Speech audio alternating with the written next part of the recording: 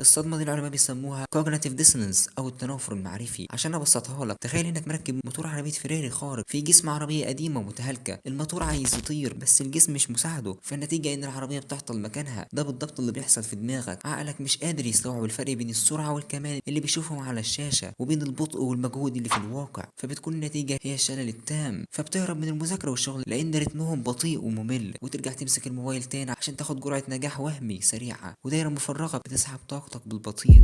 طيب نكسر الدايرة دي ازاي؟ الحل مش اننا نقتل طموحنا، الحل اننا نبني جسر يوصل خيالك بواقعك بس بشروطك انت. صالح الواقع، اقبل ان الواقع بطيء والنجاح الحقيقي بياخد وقت وما فيهوش فلاتر، وده الطبيعي. وقف صوت الذات الواجبة. لما تلاقي نفسك مضغوط عشان فلان عمل كذا، افصل فورا. ده صوت المجتمع مش صوتك انت. ركز في ورقتك وحياتك، ابدأ بخطوة بسيطة وما تستناش تعمل قفزة عملاقة. اعمل حاجة صغيرة وحقيقية النهاردة، اقرا صفحة واحدة او حتى تمرين 5 دقايق. الانجاز الصغير في الواقع اهم مليون مرة من قصر بيني في خيالك.